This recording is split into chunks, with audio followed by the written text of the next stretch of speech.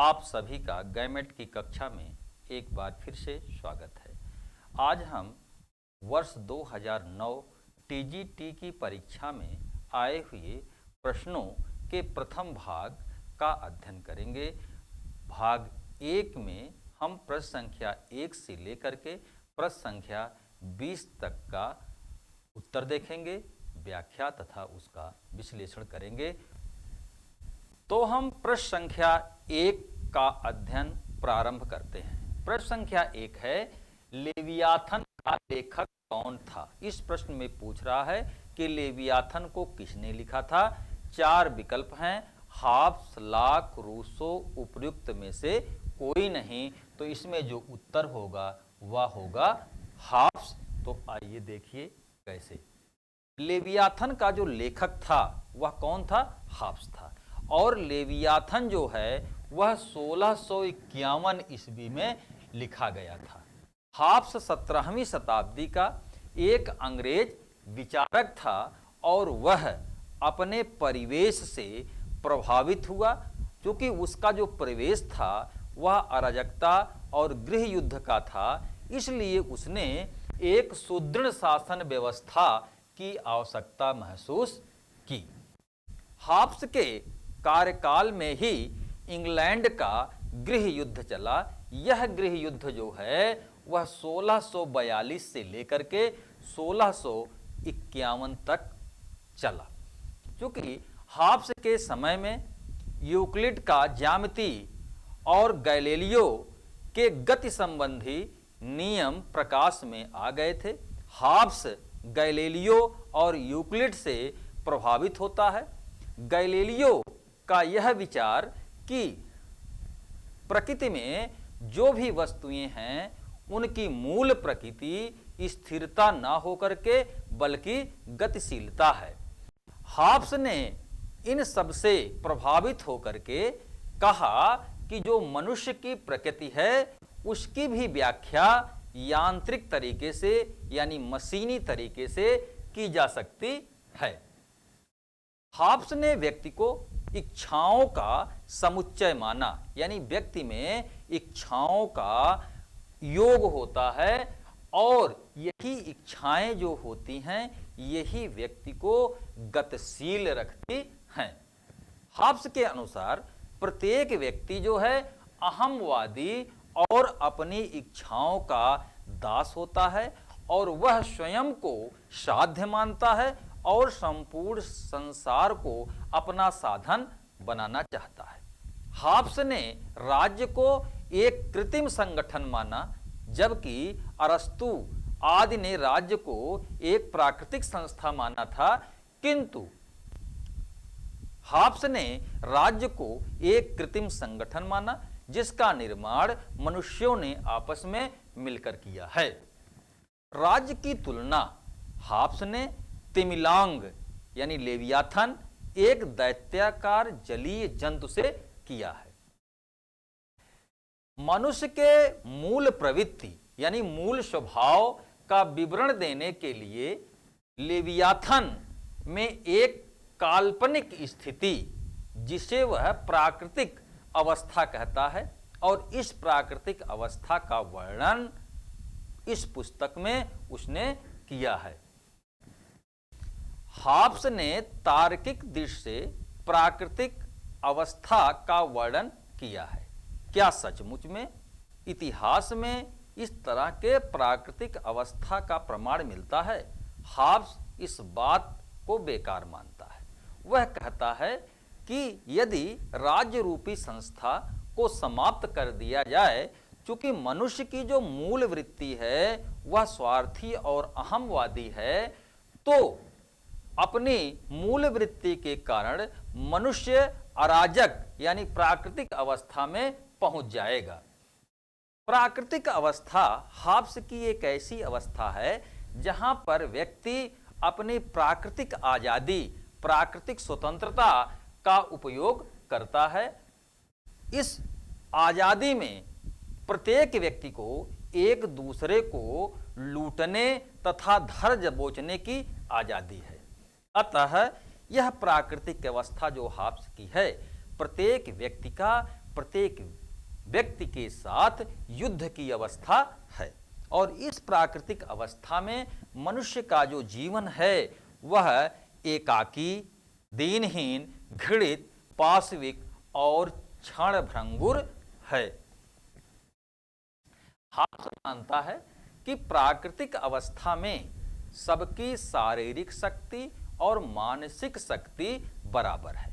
वह ऐसा इसलिए मानता है कि उसका तर्क है कि यदि लोगों की मानसिक और शारीरिक शक्ति बराबर नहीं होती तो वे समझौता करने के लिए कभी तैयार नहीं होते। यदि शक्तियों में असमानता होती तो किसी को अधीन बना करके और कोई अधिपति बन करके हमेशा के लिए निश्चिंत हो जाता। हाब्स का मानना है कि प्राकृतिक अवस्था यानी युद्धरत अवस्था में जीवन रक्षा की इच्छा जो है एक प्राकृतिक अधिकार के रूप में आता है, और इसी प्राकृतिक अधिकार यानी आत्मरक्षा के लिए नियमों का जो समूह है वही क्या है, प्राकृतिक कानून है। इस तरह से आत्मरक्षा के नियमों का समूह प्राकृतिक कानून है और प्राकृतिक कानून तर्क बुद्धि यानी विवेक के निर्देशों से जन्म लेता है। इस तरह से जो प्राकृतिक कानून है वह आत्मरक्षा के नियमों का समूह है। ये जो प्राकृतिक कानून हैं यह तर्क बुद्धि के निर्देश से पैदा होते हैं। यहाँ पर हाब्स कहता है कि प्रत्येक व्यक्ति शांति चाहता है और प्रत्येक मनुष्य समझौते के लिए अपने स्वतंत्रता को त्याग करने के लिए तैयार रहे। अगली सारे मनुष्य अपने द्वारा किए गए समझौते का पालन करें तथा अपना उपकार करने वाले के प्रति कृतज्ञ रहें। ये जो प्राकृतिक कानून हैं ये प्राकृतिक कानून ही प्राकृतिक अवस्था के मनुष्यों को त्याग की प्रेरणा देते हैं। इस अवस्था के त्याग के बाद अब मनुष्यों को व्यवस्था बनाए रखने वाली एक शक्ति की आवश्यकता होती है, और यह जो शक्ति है यह एक बाध्यकारी शक्ति है जो सबकी इच्छाओं का प्रतिनिधित्व करती है तथा तर्क संगत समझौते का उल्लंघन करने वाले को दंडित करने की शक्ति भी रखती है। जब व्यक्ति प्राकृतिक अवस्था में समझौता करता है तो यह वचन देता है कि मैं अपने शासक होने का अधिकार छोड़ता हूं तथा इस सभा या मनुष्य को अपने ऊपर शासन करने का अधिकार सौंपता हूं, परंतु शर्त यह है कि तुम भी अपना ऐसा अधिकार छोड़ दो और उसके कार्यों को वैसी ही मान्यता दो। हाब्स के सामाजिक समझौते में जो प्रभुसत्ताधारी है वह समझौते का अंग नहीं है, इसलिए संप्रभु जो है किसी समझौते से बंधा हुआ नहीं है। संप्रभु समझौते के फलस्वरूप अस्तित्व में आता है, इसलिए संप्रभुताधारी जो है वह सर्वोच्च और पूर्ण है। ये जो प्रभुसत्ताधारी सामाजिक समझौते के बाद अस्तित्व में आता है जो पूर्ण संप्रभु है, इस प्रभुसत्ताधारी को जब एक बार अधिकार सौंप दिया जाता है तो दोबारा मांगा नहीं जा सकता, क्योंकि दोबारा मांगे जाने का अर्थ है कि पुनः प्राकृतिक अवस्था में लौट जाना। इसी आधार पर हाब्स ने इंग्लैंड के गृह युद्ध की आलोचना की थी। इस तरह से हाब्स राज्य की स्थापना के लिए सहमति और शक्ति दोनों को आवश्यक मानता है। हाब्स कहता है कि तलवार के ताकत के बिना अनुबंध शब्द जाल हैं और वह मनुष्य को तनिक भी सुरक्षा प्रदान करने में समर्थ नहीं है। कहने का तात्पर्य यह है कि अनुबंध के पीछे जो है वह शक्ति का होना आवश्यक है। शक्ति अगर है तभी समझौता कायम होगा, अन्यथा समझौता टूट जाएगा। संप्रभुता का विचार राजनीति विज्ञान में यद्यपि बोदा नामक विद्वान ने रखा था, किंतु बोदा ने उसके ऊपर प्राकृतिक कानूनों आदि का बंधन लगा दिया था। हाब्स का यहाँ योगदान यह है कि प्रभुसत्ता को जो है आधुनिक रूप देने का काम हाब्स ने किया है। इसी आधार पर वायतेलो नामक एक विद्वान है जो हाब्स को सर्वाधिकारवाद का प्रथम सिद्धांतकार कहता है। अब प्रश्न उठता है, क्या हाब्स के सामाजिक समझौते के बाद मनुष्यों ने जो प्राकृतिक अधिकार संप्रभु को सौंप दिए, क्या मनुष्यों के पास भी कोई अधिकार रह पाता है? तो हाब्स मनुष्यों के पास केवल एक अधिकार रहने की बात कहता है, जीवन रक्षा की अधिकार। क्योंकि जीवन रक्षा के अधिकार की रक्षा के लिए ही मनुष्य सामाजिक समझौता करने के लिए प्रेरित होता है। यदि राज्य या शासक जो है किसी व्यक्ति पर जो है वह उसके जीवन के अधिकार से वंचित करता है तो उसे राज्य का विद्रोह करने का अधिकार मिल जाता है। अब हम आते हैं दूसरे प्रश्न पर कि प्रजातांत्रिक विकेंद्रीकरण का पर्याय है।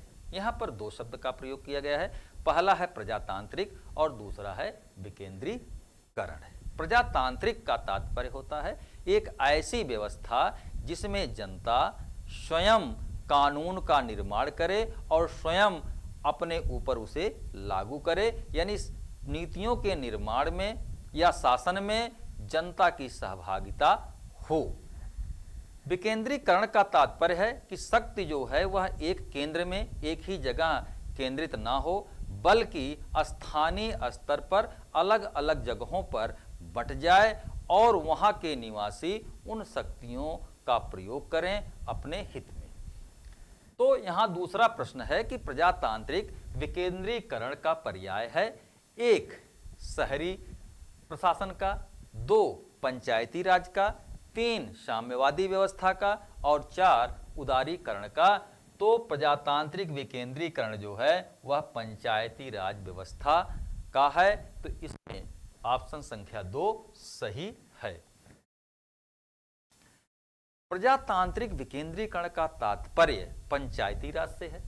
प्रजातांत्रिक विकेंद्रीकरण का जो अर्थ है वह है कि शासन सत्ता जो है वह एक स्थान पर केंद्रित नहीं होगी, बल्कि वह स्थानीय स्तरों पर विभाजित होगा और उसमें आम जनों की सक्रिय भागीदारी होगी तथा यह आम जन अपने हितों और अपने आवश्यकताओं के अनुरूप कार्य करे। भारत में प्रजातांत्रिक विकेंद्रीकरण की व्यवस्था को संवैधानिकता प्रदान करने के लिए 73वां और 74वां संवैधानिक संशोधन लाया गया। जो 73वां संवैधानिक संशोधन है वह ग्रामीण स्थानीय निकायों तथा जो 74वां संवैधानिक संशोधन है वह नगरीय स्थानीय निकायों से संबंधित है। अब प्रश्न संख्या हम 3 पर आते हैं कि सकारिया आयोग रिपोर्ट किससे संबंधित है? 1 केंद्र राज्य संबंधों से, 2 न्यायिक सुधारों से, 3 चुनाव सुधारों से, 4 योजना आयोग की शक्तियों से। तो इसमें जो उत्तर सही है वह केंद्र राज्य संबंधों से, पहला ऑप्शन जो है सही है। सकारिया आयोग मुख्य रूप से केंद्र राज्य संबंधों से संबंधित है। जो सकारिया आयोग था इसका जो गठन किया गया गृह मंत्रालय की अधिसूचना पर 9 जून 1983 में किया गया। जो ये सकारिया आयोग था इसको गठन करने का कुछ उद्देश्य भी रहा होगा। जो उद्देश्य है वह है कि विधायी, प्रशासनिक और वित्तीय संबंध में केंद्र और राज्य के संबंधों की जांच करना तथा संविधान के ढांचे में बदलाव करने के लिए सुझाव देना था। जो सकारिया आयोग था, इसने अपनी रिपोर्ट 1988 में सौंपी। इस सकारिया आयोग के रिपोर्ट में कुल जो है 19 अध्याय और 247 सिफारिशें थी।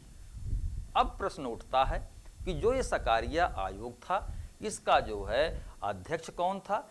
इसका अध्यक्ष जो था वह रणजीत सिंह सकारिया थे। इसके दो अन्य सदस्य थे जो परीक्षाओं में अक्सर पूछा जाता है, बी शिवरामन तथा एस.आर. सेन।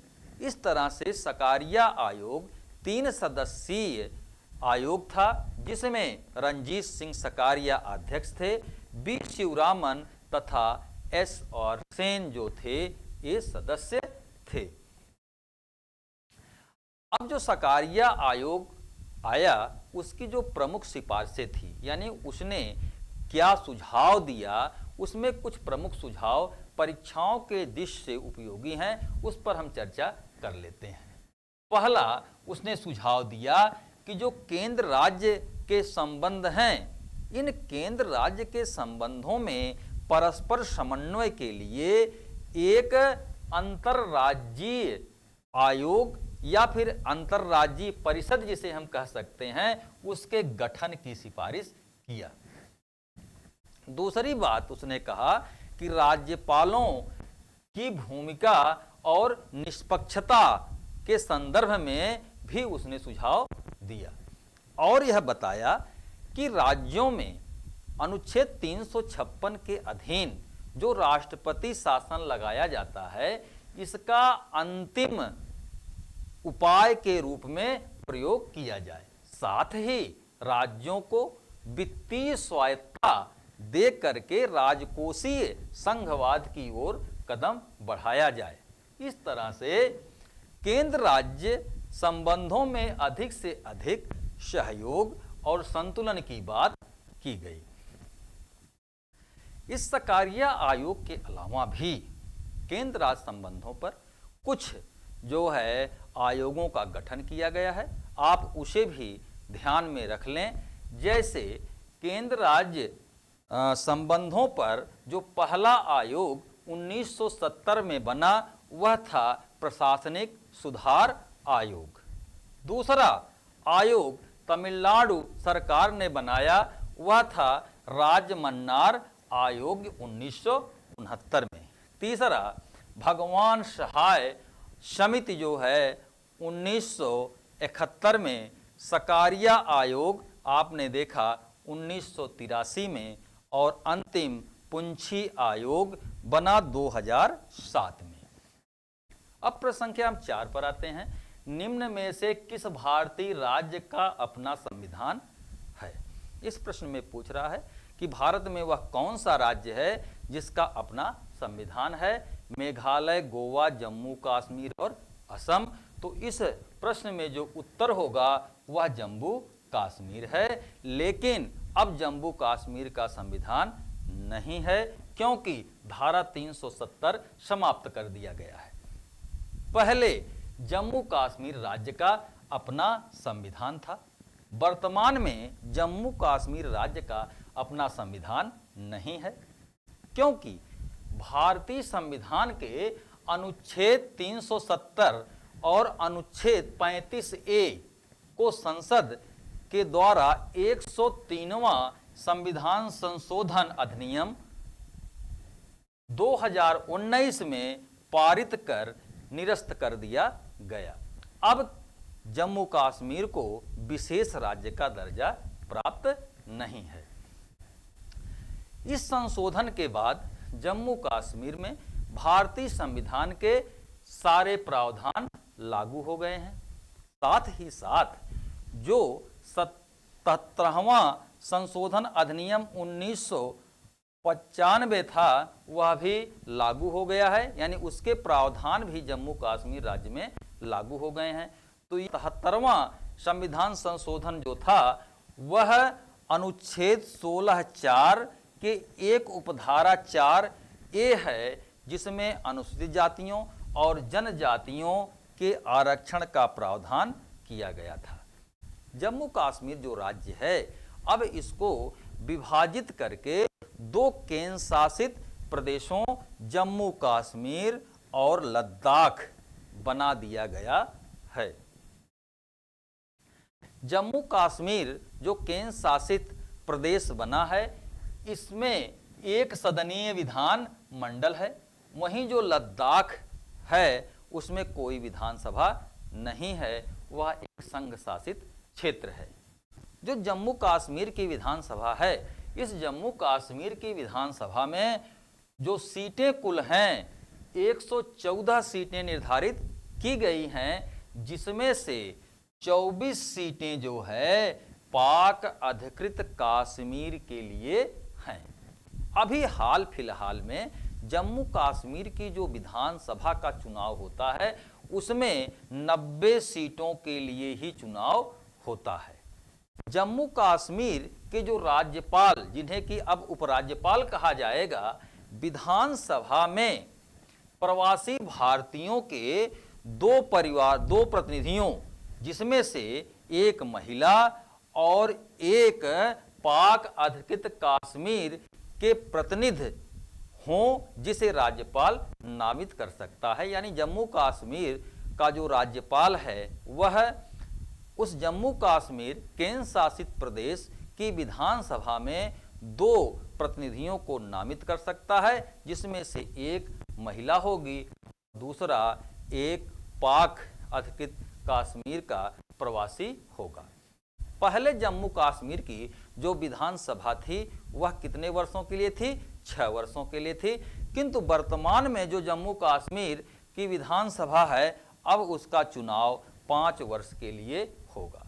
जम्मू कश्मीर में पहले पूरा मिलाकर के 6 लोकसभा सीटें थी, लेकिन चूंकि जम्मू कश्मीर और लद्दाख 2 केंद्र शासित प्रदेश बना दिए गए, अब जम्मू कश्मीर में 5 लोकसभा सीटें हैं और लद्दाख में 1 लोकसभा सीट है। प्रश्न संख्या 5, यह कई बार परीक्षाओं में आया कि संयुक्त राष्ट्र संघ की स्थापना कब हुई? 1 है 26 जून 1945, 2 है 24 अप्रैल 1945, 3 है 24 अक्टूबर 1945, 4 है 24 नवंबर 1945। इसमें जो उत्तर है वह है 24 अक्टूबर 1945। संयुक्त राष्ट्र संघ की स्थापना आप जानते हैं कि 24 अक्टूबर 1945 को हुआ। कब हुआ? 24 अक्टूबर कब? 1945 में। आगे बढ़ते हैं। प्रश्न संख्या 6 है कि राज्यसभा विघटित होती है 1 4 वर्ष बाद, 2 कभी नहीं, 3 5 वर्ष बाद और 4 6 वर्ष बाद। तो इसमें जो उत्तर होगा वह होगा कभी नहीं, क्योंकि राज्यसभा एक अस्थाई सदन है। क्या है? अस्थाई सदन। और यह अस्थाई सदन होने के कारण इसका विघटन कभी नहीं होता है।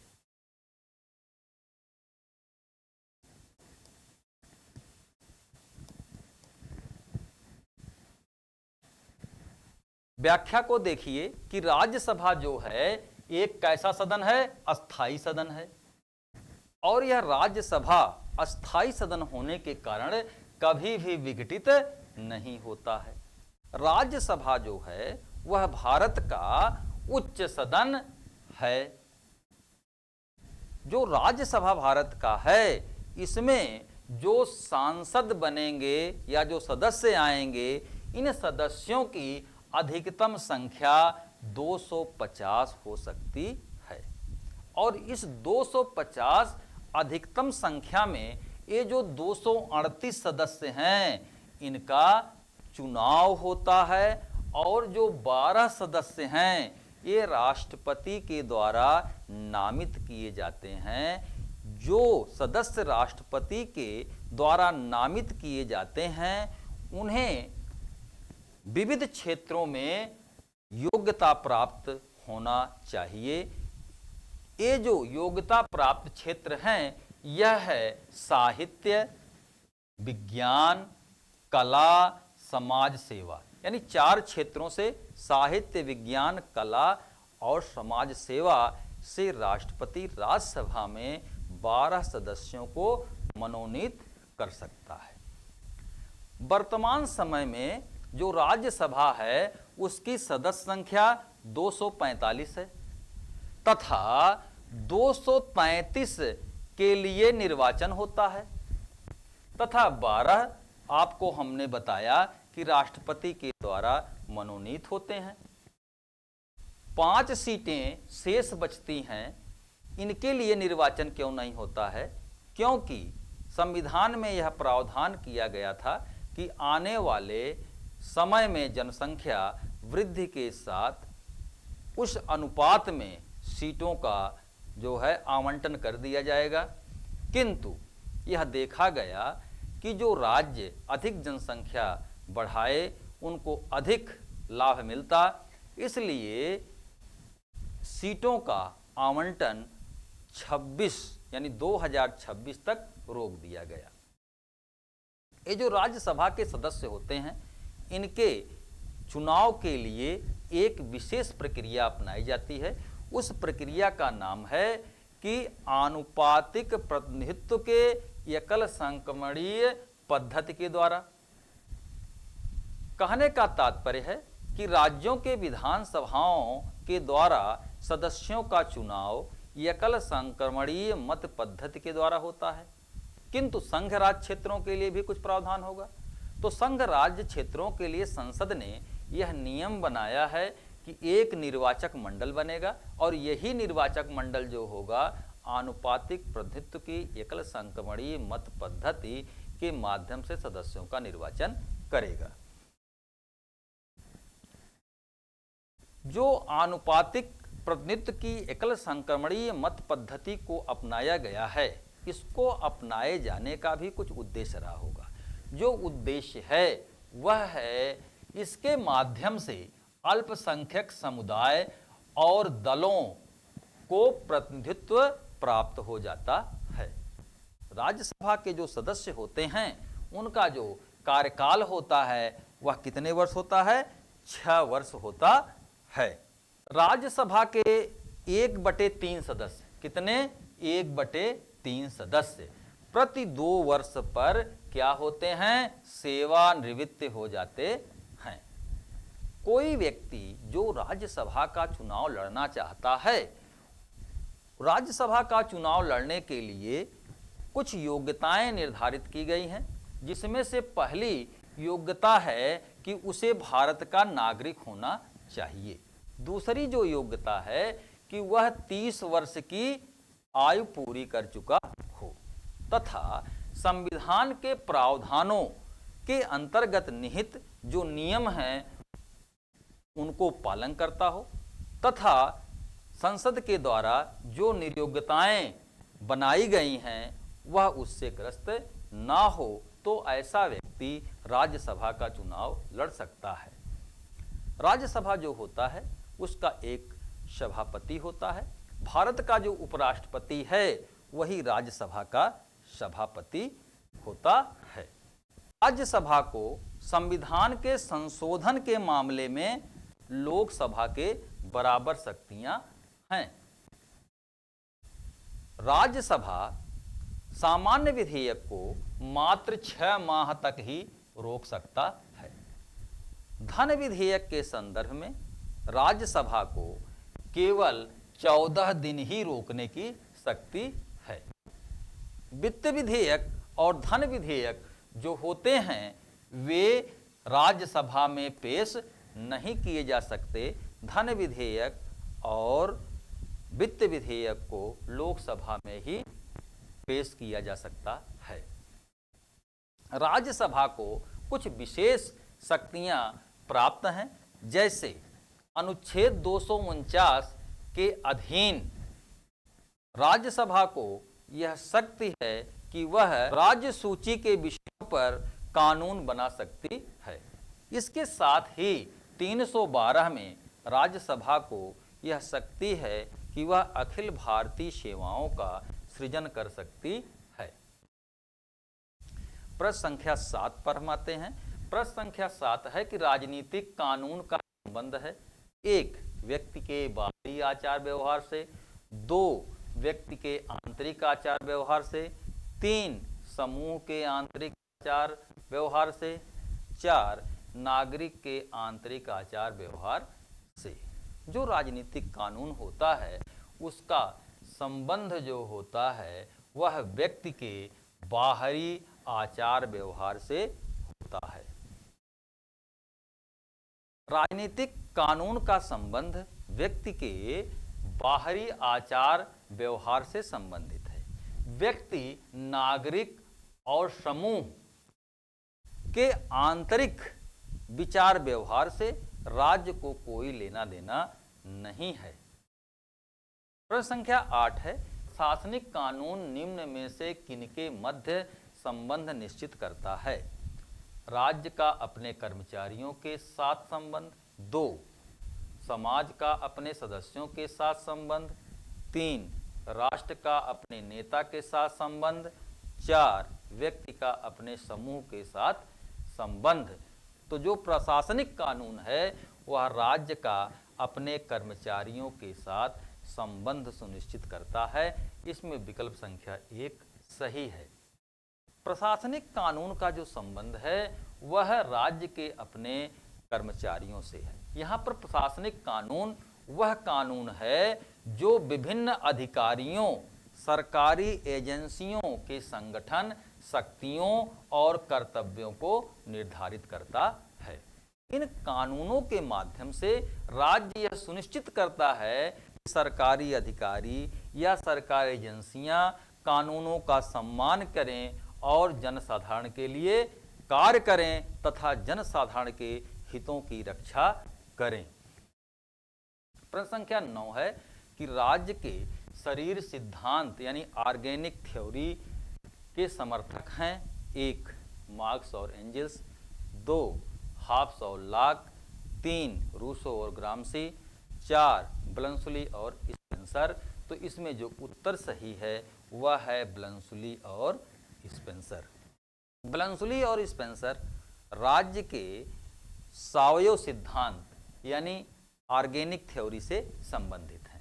जो राज्य का जैविक या शरीर या सावयव सिद्धांत है वह मानता है कि राज्य जो है एक शरीर की तरह होता है। जिस तरह से एक जीव का जो है वह उद्भव, विकास तथा पोषण होता है तथा उसके कार्य संचालन के लिए विविध अंग होते हैं तथा वे एक दूसरे पर निर्भर होते हैं, उसी तरह से राज्य भी एक सावयव इकाई है। उसके भी अपने घटक होते हैं जो परस्पर निर्भर होते हैं, उन्हें अलग नहीं किया जा सकता। इस तरह से राज्य का सावयव सिद्धांत यह मानता है कि राज्य भी एक जीवित शरीर है और जीवित शरीर के समान ही यह व्यवहार करता है। फ्रेडरिक रेटजल नामक एक विद्वान है जो राज्य की तुलना एक जीवित जीव से करता है और वह कहता है कि जीवित प्राणियों की ही तरह राज्य को जीवित रहने, अपना विस्तार करने यानी पोषण करने का अधिकार होता है। रेटजल ने जो अपना सावयव का सिद्धांत गढ़ा या 19वीं शताब्दी में उपनिवेशवाद और साम्राज्यवाद के संदर्भ में गढ़ा। इस तरह से राज्य का जैव या आंगिक सिद्धांत यह मानता है कि राज्य को अपने सतत विकास के लिए अपने क्षेत्र का विस्तार करते रहना चाहिए और इसलिए सावयव सिद्धांत यहाँ पर विस्तार और संघर्ष को उचित ठहराता है। इस सावयव सिद्धांत का प्रयोग आदर्शवादी और व्यक्तिवादी दोनों करते हैं। इसकी मुख्यतया दो धाराएं हैं। पहला है अनुदारवादी समष्टिवादी, जिसका झुकाव फांसीवाद की ओर है, जिसके प्रतिनिधि प्लेटो, रूसो और हीगल हैं। दूसरी विचारधारा जो है वह व्यक्तिवादी विचारधारा है, जिसके प्रतिनिधि हर्बर्ट स्पेंसर हैं। प्लेटो को आप देखिए, प्लेटो ने मानवीय आत्मा के त्रिगुणात्मक सिद्धांत की बात कही थी, यानी मानव आत्मा के 3 गुण होते हैं, विवेक, साहस और वासना। जब वह कहता है कि राज्य ओक या चट्टानों से नहीं अपितु उसमें रहने वाले व्यक्तियों से मिलकर बनता है, तो वह सावयव सिद्धांत का समर्थन करता है। सिसरो, जॉन नॉफ साल्वरी, मार्सेलियो ऑफ पेडुआ, एल्थुसियस के विचारों में तथा हाब्स के लेवियाथन में तथा ब्लंसुली राज्य को मानवीय अवयव की साक्षात प्रतिमा तथा स्पेंसर के व्यक्तिवाद तथा सैफल में राज्य के सावयव सिद्धांत या सावयव चिंतन दिखाई पड़ता है। यद्यपि सावयव सिद्धांत की आलोचना बारकर और जेलिनेक नामक विद्वान करते हैं। प्रश्न संख्या 10 है, शक्ति विभाजन के सिद्धांत को विस्तार पूर्वक उपस्थित कर उसे राजनीति विज्ञान का मौलिक सिद्धांत बना देने का श्रेय किस राजनीतिक विचारक को जाता है। यहाँ पर शक्ति विभाजन के सिद्धांत की बात कही गई है। 4 विकल्प हैं, बोदा, जॉन लॉक, मॉन्टेस्क्यू और बेंथम। इसमें जो है बात किया गया है कि शक्ति विभाजन, तो इसमें जो उत्तर सही होगा वह होगा मॉन्टेस्क्यू। शक्ति पृथक्करण का जो सिद्धांत है यह मॉन्टेस्क्यू से संबंधित है।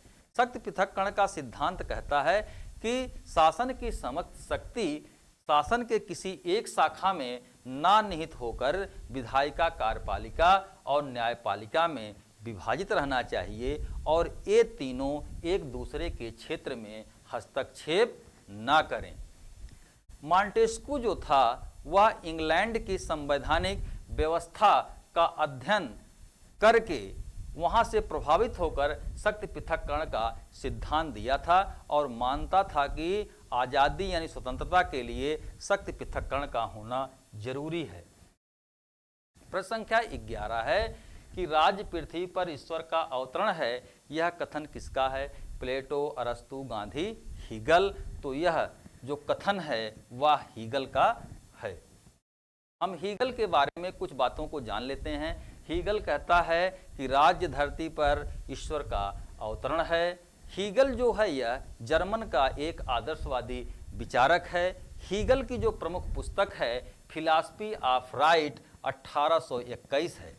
हीगल के अनुसार इतिहास जो है विकास की एक प्रक्रिया है, यानी हीगल इतिहास को विकास की एक प्रक्रिया मानता है और हीगल कहता है कि इस विकास की प्रक्रिया में जो मूल तत्व है वह विवेक या चेतना है, जो सतत अपने परम चैतन्य की ओर अग्रसर होता है तथा यह चेतना अपने द्वारा अंतर्निहित तत्वों से बंधी होती है और इस चेतना को बाहर की परिस्थितियों से नियंत्रित नहीं किया जा सकता। हीगल की यह मान्यता है कि व्यक्तिवादियों का वह विचार जो ये मानते थे कि मनुष्य अपनी इच्छा से समाज को अपने तरह से मनमाने सांचे में ढाल सकता है, इसका हीगल विरोध करता है। हीगल के अनुसार जो विकास और परिवर्तन है, इस विकास और परिवर्तन के अंदर निहित जो मूल तत्व है वह क्या है, विचार या चेतना है। संपूर्ण परिवर्तन और विकास को हीगल परस्पर विरोधी विचारों का परिणाम मानता है और यह मानता है कि यह परिवर्तन तब तक जारी रहेगा जब तक यह अपने चरम लक्ष्य तक यानी परम लक्ष्य तक नहीं पहुंच जाता है। यह जो विकास की प्रक्रिया है यह एक निश्चित तौर तरीके से संपन्न होता है जिसमें बौद्धिक वाद विवाद होता है और हीगल इस बौद्धिक विवाद को द्वंद्वात्मक पद्धति का नाम देता है। यह द्वंद्वात्मक पद्धति जो है निषेध का निषेध है। इस तरह से विरोधी विचारों में संघर्ष संपूर्ण प्रगति की कुंजी, ऐसा हीगल मानता है। हीगल मानता है विकास की जो प्रक्रिया है यह वाद प्रतिवाद और संवाद के माध्यम से आगे बढ़ती है। यह वाद प्रतिवाद और संवाद की प्रक्रिया तब तक चलती रहती है जब तक कि विचार अपने पूर्णत्व को प्राप्त नहीं कर लेता है। यह विकास की प्रक्रिया 3 अवस्थाओं वाद प्रतिवाद और संवाद के माध्यम से आगे बढ़ती है। यह तब तक जारी रहता है जब तक विचार अपने पूर्ण तत्व को प्राप्त नहीं कर लेता है। हीगल का मानना है कि वाद में कुछ कमियां रह जाती हैं, इसलिए इसके विरोधी तत्व प्रतिवाद का जन्म हो जाता है और प्रतिवाद और वाद में जो है संघर्ष होता है और एक तीसरा पक्ष निकल करके आता है जिसे संवाद कहा जाता है। और संवाद भी जो है पूर्ण नहीं होता है, उससे पुनः वाद का जन्म हो जाता है। इस माध्यम से वाद प्रतिवाद और संवाद के माध्यम से विकास की प्रक्रिया आगे बढ़ती है जब तक वह चरम लक्ष्य तक नहीं पहुंच जाता है।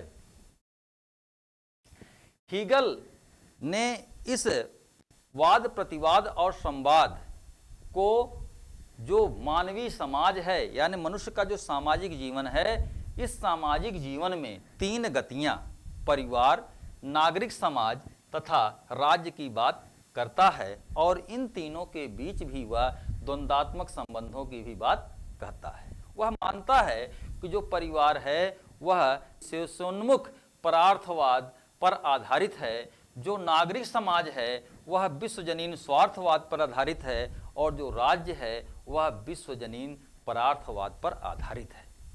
परिवार जो है, ऐसा हीगल मानता है कि वह विशेषोन्मुख परार्थवाद पर आधारित है।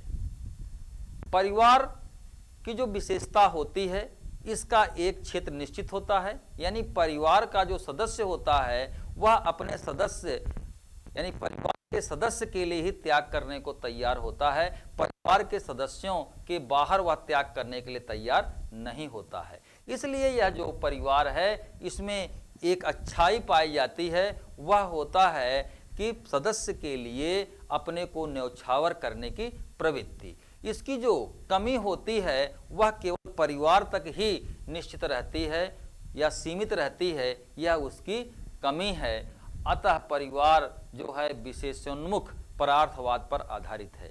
यह परिवार जब आगे बढ़ता है तो नागरिक समाज जो है, समाज में नागरिक समाज पाया जाता है। इस नागरिक समाज में विस्तार तो है किंतु इसकी जो कमी है वह स्वार्थवाद है। अगर यह परिवार वाद हुआ तो नागरिक समाज जो है वह प्रतिवाद हुआ और इस वाद और प्रतिवाद के संघर्ष से जो बुराई कट गई तब अस्तित्व में आया विश्वजनीन परार्थवाद, जिसको हीगल धरती पर ईश्वर का अवतरण कहता है। हीगल का जो राज्य है वह विश्वजनीन परार्थवाद पर आधारित है। वह हाफ्स लाख का नागरिक समाज नहीं है जो विश्वजनीन स्वार्थवाद पर आधारित है। यह हीगल इसीलिए धरती पर ईश्वर का अवतरण, विवेक का विराट चेतना तथा ईश्वर का शोभा यात्रा या फिर मानवीय स्वतंत्रता की उच्चतम अभिव्यक्ति राज्य को मानता है। हीगल कहता है कि कानून का पालन ही स्वतंत्रता है। 12 रिपब्लिक का लेखक कौन था? हाफ्स, लाक, रूसो और प्लेटो। तो इसमें जो उत्तर सही होगा वह प्लेटो होगा। रिपब्लिक का लेखक जो था वह प्लेटो था। रिपब्लिक का लेखक प्लेटो था। प्लेटो यूनान का एक प्रतिभाशाली विचारक था जो एथेंस में पैदा हुआ था। प्लेटो तो कहा ही जाता था, इसके साथ ही साथ प्लेटो को अरिस्टोक्लीज और अफलातून भी कहा जाता था। प्लेटो ने अपने न्याय का सिद्धांत और अपने आदर्श राज्य का सिद्धांत रिपब्लिक में दिया है और रिपब्लिक का एक नाम कंसर्निंग जस्टिस भी है।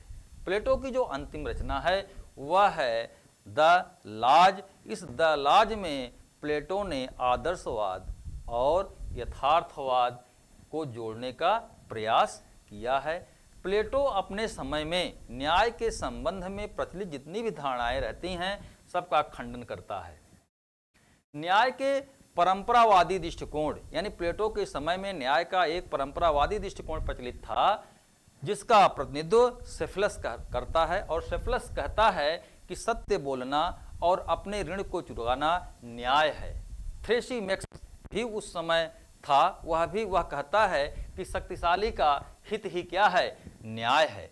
ग्लाका कहता है कि न्याय जो है वह भय की संतान है। प्लेटो इन तीनों तर्कों को काट देता है और न्याय के सही स्वरूप को समझने के लिए अपने आदर्श राज्य का विचार देता है, और वह बताता है कि जो राज्य है वह व्यक्ति का बृहद रूप है, क्योंकि व्यक्ति का व्यवहार जो होता है उसके अंदर तीन प्रवृत्तियां यानी तीन प्रमुख तत्व पाए जाते हैं। पहला जो होता है ज्ञान, दूसरा होता है भावना और तीसरा होता है इच्छा। ज्ञान का तात्पर्य विवेक से है, भावना का तात्पर्य साहस से है और इच्छा का तात्पर्य तृष्णा से है। ये तीनों चीजें प्लेटो मानता है कि प्रत्येक मनुष्य में यह पाया जाता है। जो ज्ञान का स्थान है यह मानव शरीर में मस्तिष्क में है, और जो भावना का स्थान है यह मानव शरीर में हृदय की जगह पर है, तथा इच्छा का स्थान कमर में है। प्लेटो का मानना है कि व्यक्ति में जिस गुण की प्रधानता होती है व्यक्ति उसी व्यवसाय की ओर अग्रसर होता है। इसी आधार पर प्लेटो समाज में तीन वर्गों की कल्पना करता है, एक शासक वर्ग, दूसरा सैनिक वर्ग और तीसरा उत्पादक वर्ग।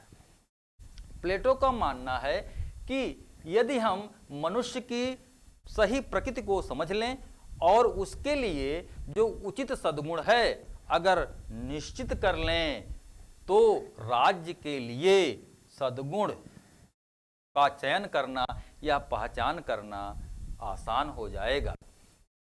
यहाँ पर प्लेटो बताता है कि इच्छा या तृष्णा के लिए जो उचित सद्गुण है वह है संयम। भावना या मनोवेग के लिए जो उचित सद्गुण है वह है साहस।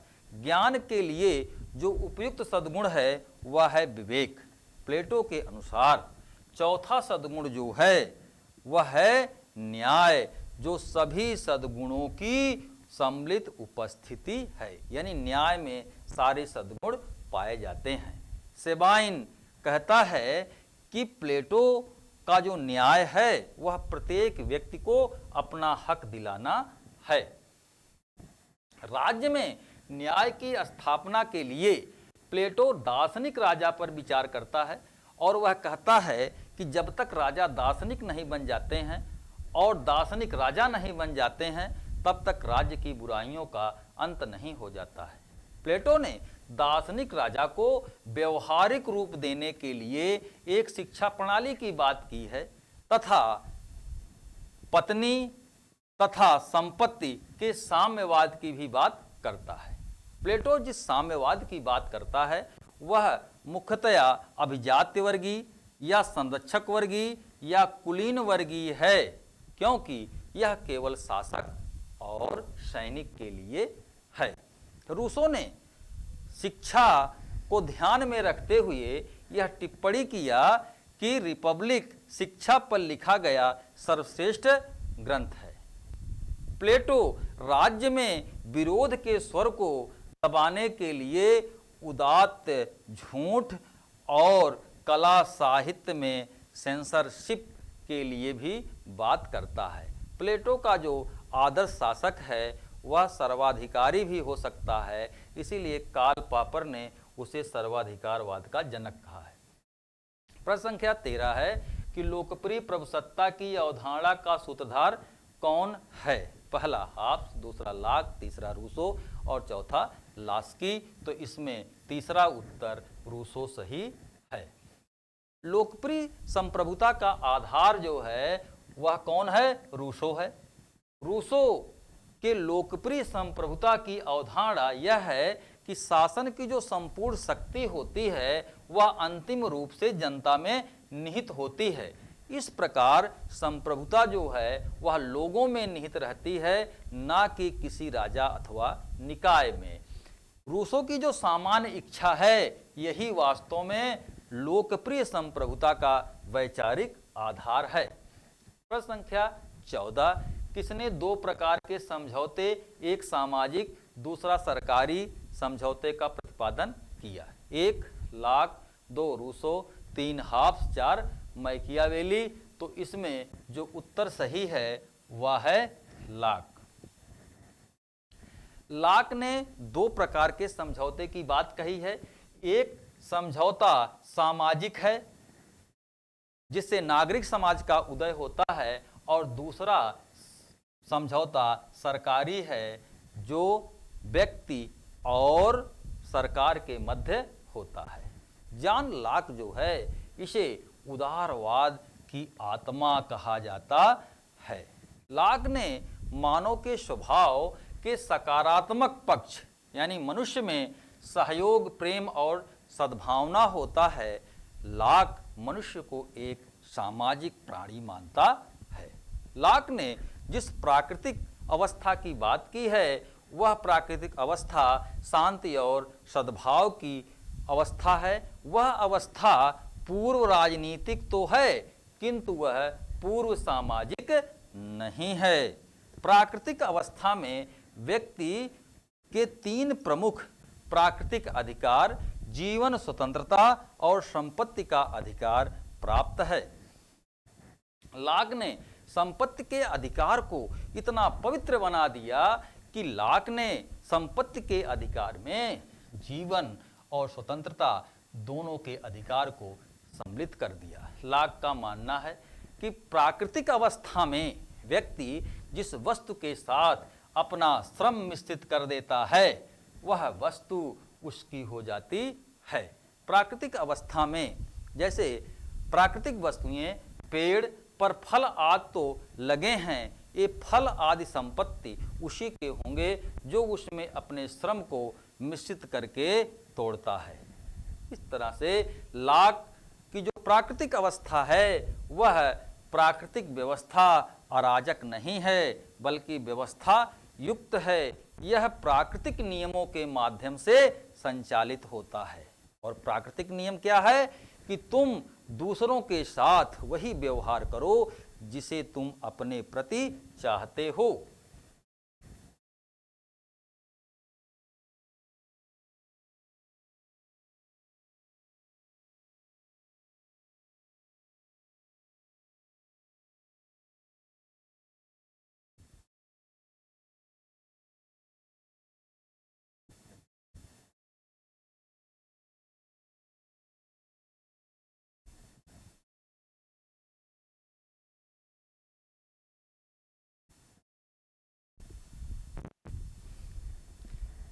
जब लॉक की प्राकृतिक अवस्था शांति, सद्भाव और विवेक की अवस्था थी तो मनुष्यों को जो है समझौता करने की आवश्यकता क्यों पड़ी? लॉक इसका उत्तर देता है। वह कहता है कि इस अवस्था में कुछ असुविधाएं और कुछ कमियां हैं। पहली कमी यह है कि उस समय कोई सुनिश्चित नियम नहीं है जिसके आधार पर उचित अनुचित का निर्णय किया जा सके। दूसरी जो कमी है कि प्राकृतिक नियमों को लागू करने वाली कोई शक्ति नहीं है। और तीसरी कमी यह है कि गलत करने वाले को नियमों के आधार पर निर्णय देने की कोई प्रकट और निर्णायक शक्ति नहीं है। इन कारणों से मनुष्य प्राकृतिक अवस्था का त्याग करते हैं और सामाजिक समझौते की ओर बढ़ते हैं।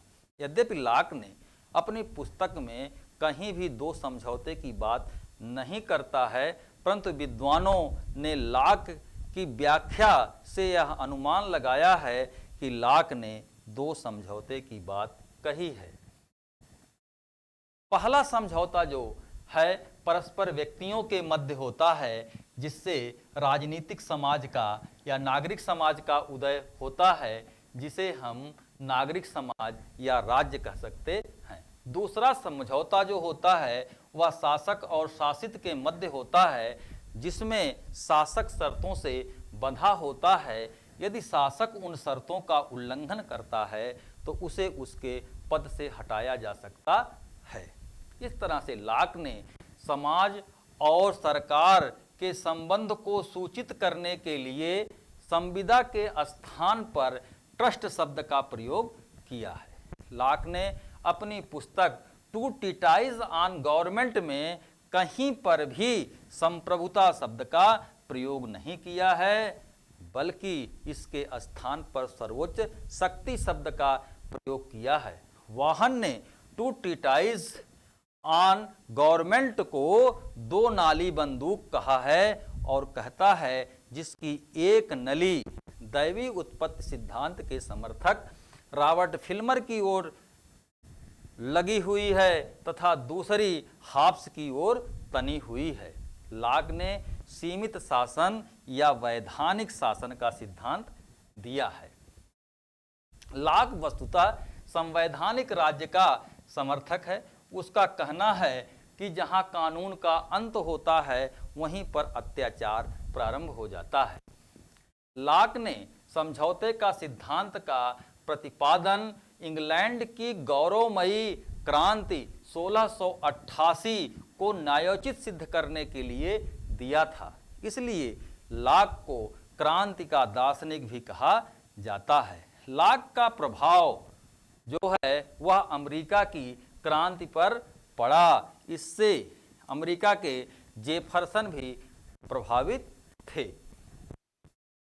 ग्रीन जो है वह लॉक की आलोचना करते हुए कहता है कि प्राकृतिक अवस्था एक जो असामाजिक स्थिति है वहां पर अधिकारों की कल्पना करना अपने आप में विरोधाभास है। वाहन की एक टिप्पणी परीक्षाओं में पूछा जाता है कि लॉक के विचारों में प्रत्येक वस्तु व्यक्ति के इर्द गिर्द घूमती है। प्रश्न संख्या 15 है कि संविधान के लिए मसविदा तैयार करने वाली समिति का अध्यक्ष कौन था? डॉक्टर राजेंद्र प्रसाद, डॉक्टर राधाकृष्णन, जवाहरलाल नेहरू और डॉक्टर बी.आर. अंबेडकर। तो इसमें जो उत्तर सही होगा डॉक्टर बी.आर. अंबेडकर सही होगा। संविधान की मसविदा या प्रारूप तैयार करने वाले समिति के अध्यक्ष डॉक्टर भीमराव अंबेडकर थे। प्रारूप समिति का गठन 29 अगस्त 1947 में संविधान सभा ने एक संकल्प पारित करके किया। इस प्रारूप समिति में 7 सदस्य थे, जिसमें भीमराव अंबेडकर अध्यक्ष थे। अन्य जो सदस्य थे अल्लादी कृष्ण स्वामी अय्यर, गोपाल स्वामी आयंगर, के.एम. मुंशी, मोहम्मद सादुल्ला, एन. मित्तल और डी.पी. खेतान थे। 16 नंबर प्रश्न है, भारतीय संविधान में मौलिक अधिकारों की व्यवस्था किस देश के संविधान से लिया गया है? पहला है ब्रिटेन, दूसरा संयुक्त राज्य अमेरिका, तीसरा सोवियत संघ, चौथा कनाडा। तो इसमें संयुक्त राज्य अमेरिका सही होगा, दूसरा जो है। भारत में कई व्यवस्थाएं जो है विश्व के अन्य देशों से ली गई है। मौलिक अधिकारों की व्यवस्था, न्यायिक समीक्षा, संविधान की प्रस्तावना, राष्ट्रपति पर महाभियोग, न्यायाधीशों को हटाना, संयुक्त राज्य अमेरिका से लिया गया है।